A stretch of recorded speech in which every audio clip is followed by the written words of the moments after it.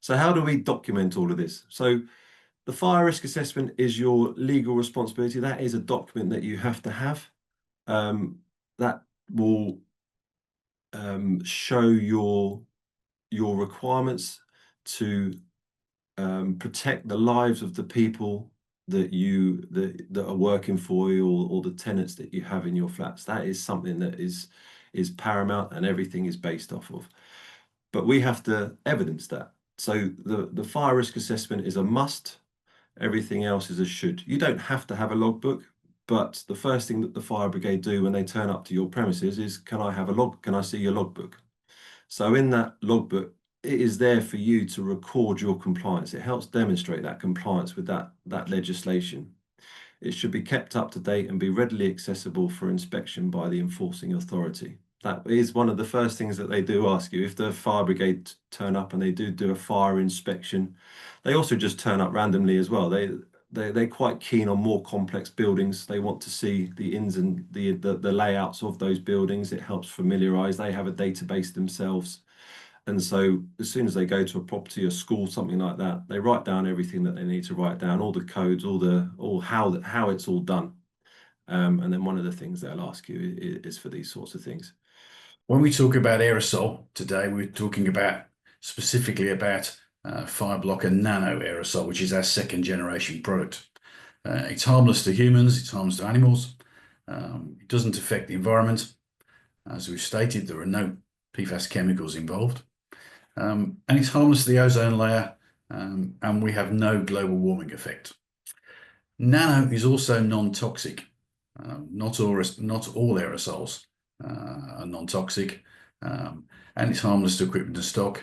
We'll go on to explain how it doesn't deplete oxygen levels, and our aerosol nano product has a 15-year lifespan. We see the same thing with mobility scooters.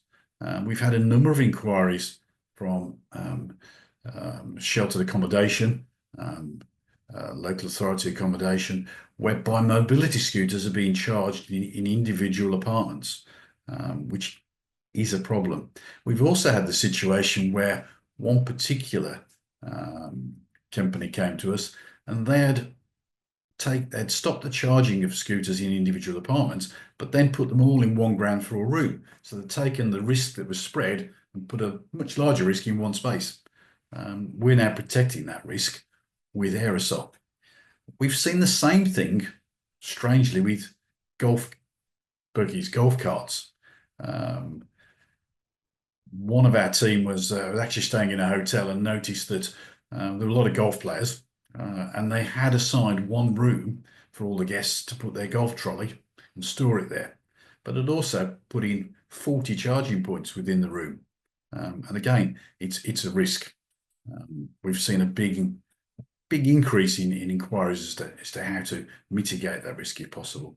It's important to think, before we think about organisational capability, to understand the importance of individual competence.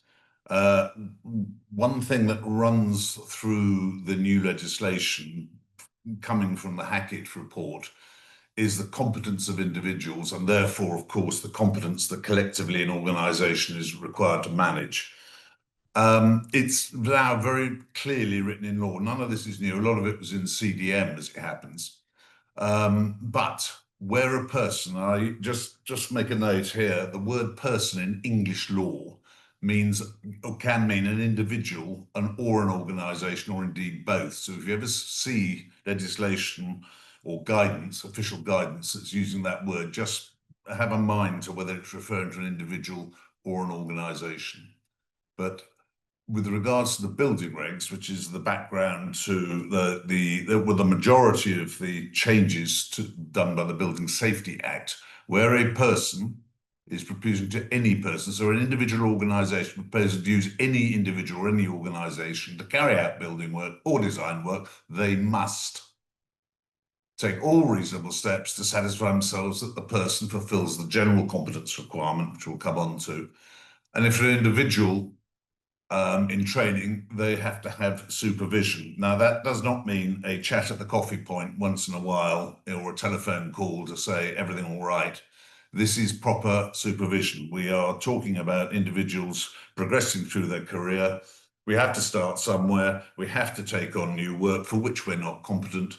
So we need somebody competent to oversee us, and those that are supervising should be signing off our work as if it were their own.